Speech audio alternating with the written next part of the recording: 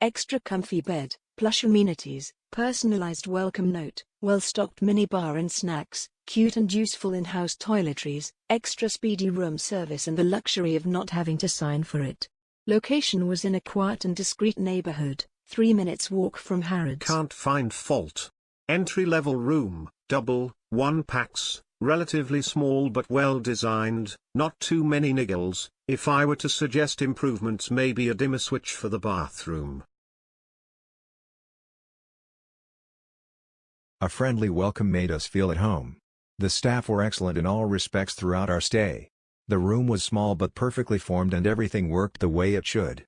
The location was a stone/his throw from Harrods and couldn't have been more convenient. What I didn't like was breakfast. It's a bit messy. You should find a room in the basement to serve breakfast in the morning.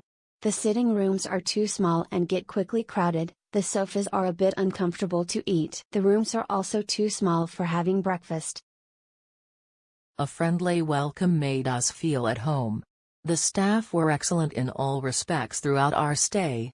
The room was small but perfectly formed and everything worked the way it should.